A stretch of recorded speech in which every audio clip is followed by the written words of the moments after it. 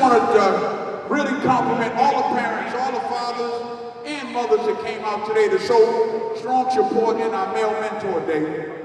Today we just wanted to pause before we go forward and really identify the support that we have in this program.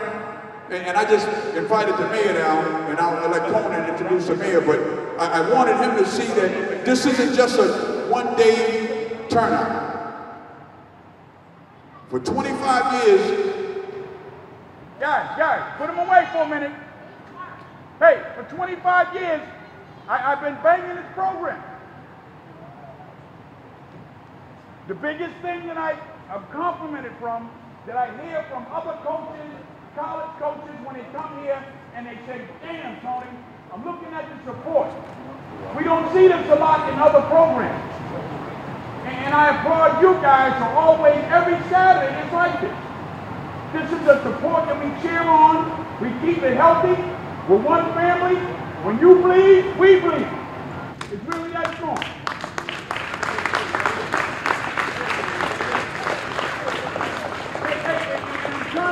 I'm trying to get these young guys that have played for me. Where's Sharon? Sharon, Harry. You know, guys that are all Division I players. The guys at Lawrence Academy, one of the top recruits in the country for football. Was a phenomenal basketball player. I've taken him to camps when he was 8, 9, 10, 11, 12 years old throughout the country. Played his best, was a good guy, good kid. That's what I want more. I don't want the jump shot. I want him to be able to take care of his family, be respectful in this community. When he walks by me 20 years from now, my name is still Coach Tony. It ain't, yo, what's up, bro?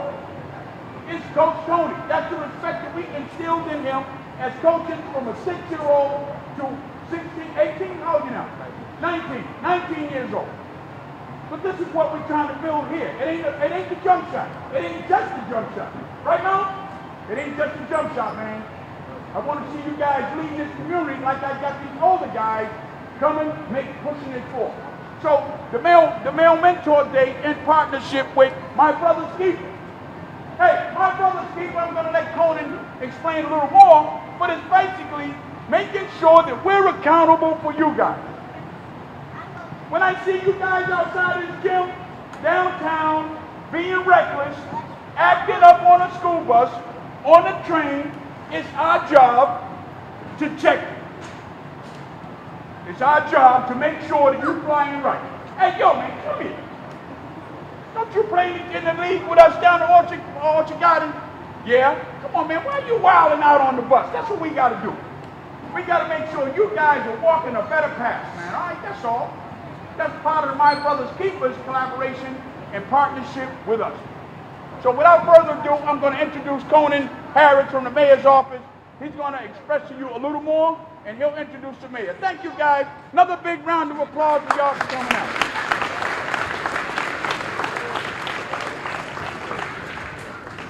Hello, everyone. First and foremost, I just want to say a big shout out to Tony and No Books, No Balls for all the great work that you guys have done now and throughout this city for a very long time. Let's give them a round of applause, please.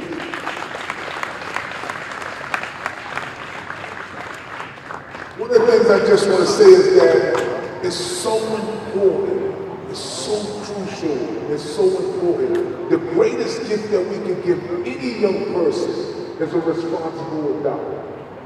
And what I see today is a great deal of responsible adults in the crowd dedicated to the lives of our young people. And that's crucial and that's important, and that's not talked about enough.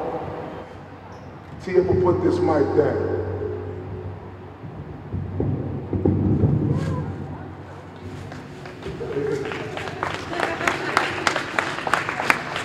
So this is what I say. I literally want to say this. I came on to My Brother's Keeper for the last 6 months now. When I first came on, the mayor asked me to get involved in this process, but we know all too far that I've been recruited as the director, but the city of Boston, the city hall, is not the owner. The greatness of our program is the partnership with organizations that are in the room. It's the partnership with Tony and the great work that they're doing for young people every day. one of the things I'll say to you is that when I look at Tony's story, I look at his son. Anytime you want to see a good mentor and a great man, look at their son. I've been in conversation with Tony throughout the week, but the conversations that I've been having mostly is with his son. And that's the greatest asset that we can do within our city is invest in our young people. So one of the things I'll say is that the mayor mandated us in City Hall to make sure that we're not just people that are in the office of City Hall, that we're in partnership with community. And this is one of the greatest gifts that we can do is make sure that our city is represented here today and throughout the work that we're doing all the time. So I just want to say thank you, and without further ado, I want to introduce our mayor, Martin J. Walsh.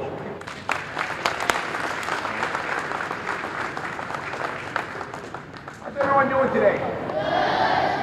Well, let me get a few thank yous out of the way. I want to first of all thank Tony. How about a nice round of applause for Tony Richards?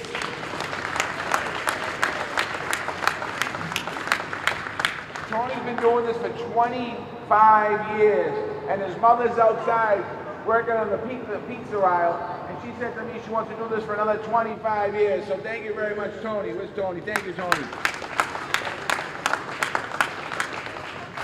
I also want to thank all of you guys and girls for coming out and playing today. You having a good time? Yeah! That's pretty awesome. Thank you to all the parents that are here. Thank you for being here, mothers and fathers and brothers and sisters and everyone that's being here. Thank you for being part of this great program. To all the mentors, I want to thank the mentors. You're a key part of what's going to happen in our city and our country. So I want to thank you for all that you do for us here in the city of Boston. Let's clap for the mentors. How about the coaches? We should clap for the coaches?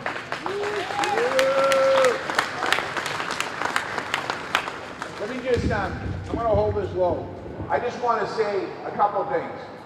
About 3 years ago, I was at an event in Boston, and there was a guy there. You might know who he is.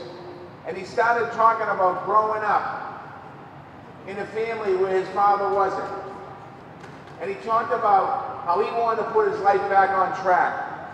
And he talked about people that came into his life that helped move him along. And then he started talking about being a black youth and the challenges that he had as a black youth. And he kept talking. Any idea who this might have been? Think about this, man. Who do you think it was? Pretty big shot. He's a pretty big guy. President Obama, Barack Obama. And he said that he's going to start a program for black and brown boys. And that Michelle, his wife, was going to work on the girls. And he didn't really say much about it, but I went up to him and I said, Mr. President, when you start that program, whatever it is, Boston wants to be part of it. And he said, okay. About 3 months later, I get a phone call from the White House and said, Mayor, we'd like you to come down to Washington, D.C. because the president wants to talk about something. So I went down to Washington, D.C. Now, anyone know, you saw the White House on TV, right? Well, I used to see it on TV. Now I got a chance to walk in. It's pretty awesome. And I walk in and I'm in awe of this. I'm looking like it was like Michael Jordan. I'm like, oh my God, this is unbelievable. You probably don't know Michael Jordan. I have to go Kevin Durant. Although Michael Jordan's better.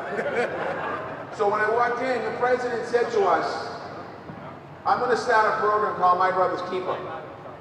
And it's a program that I'm starting right now in the United States of America.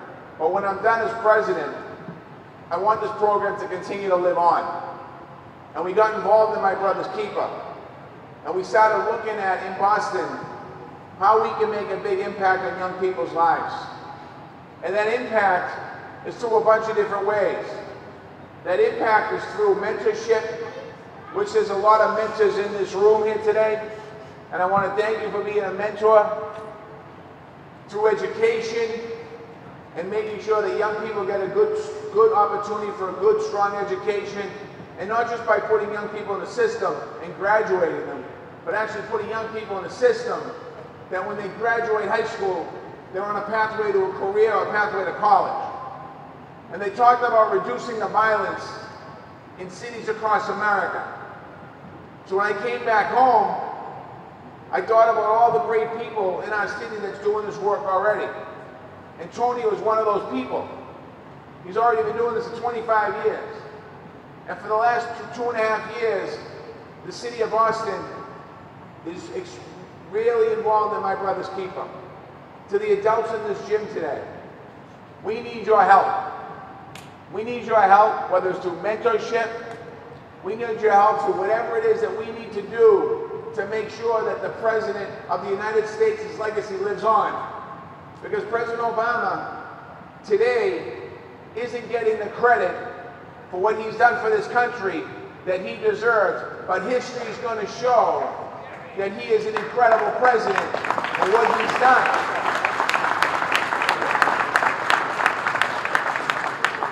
My Brother's Keeper is a legacy. In 1960, the United States of America embarked on new grounds by electing the first Irish Catholic president of the United States of America. They said in 1960 he wouldn't be a good president. They said he wouldn't be the right guy for the country. And in 1960, the Peace Corps and many other things came out of that. And today, 50 years later, we still have it. Fast forward to President Obama. People said in this country we would never elect a black president of the United States of America. One of his most important legacies that he's leaving us is My Brother's Keeper. It's up to us in this gym, in this city, in this country to keep his legacy moving forward. Because his legacy is about helping young people, about making sure that young people have opportunities for success. Now, I said when I walked in this gym today, it's very unfortunate that yesterday I was asked by the press about violence in the city of Boston, and anytime something happens, there's 10 cameras around me asking about violence. And today, there's no violence going on in this gym, and we don't have any press in here asking me what's going on in that gym.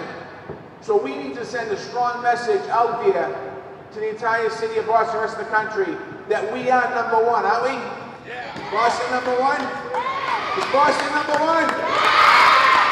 I want to thank you all for being here today. And again, to Tony, I can't thank you enough for what you do for the young people in our city of Boston. You've done this for a long time. Your legacy is going to live on as well. Thank you, Tony.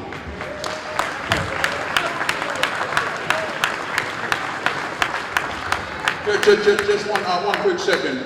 You know, I've had this conversation with the mayor over the last several years, and my biggest challenge this year was a combination of a few things. I added 2 more teams in the PV division, another 2 more teams in the junior division, and I've turned 100 kids away. I mean, literally. My mother is out there in that hallway, and she'll tell you that my biggest problem is saying no. That's how we went from 35 kids when my son was small to over 300 now.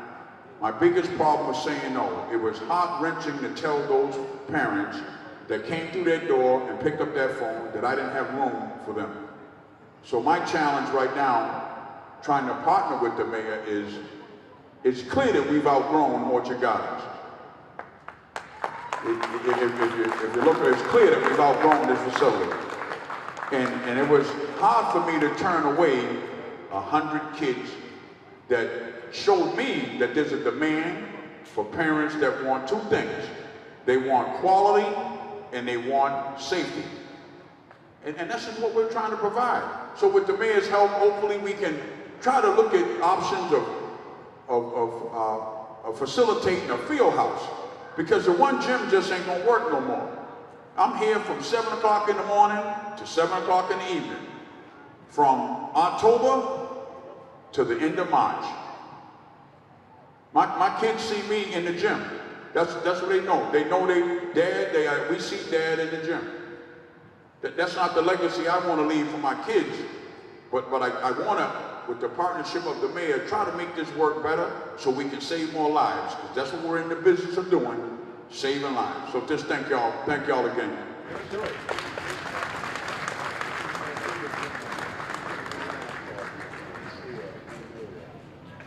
We want to make it work, but we're talking about options. Oh, I'm sorry. And we want to make it work, so we have a transit system close by. We have plenty of parking like we have, and we can make this more affordable.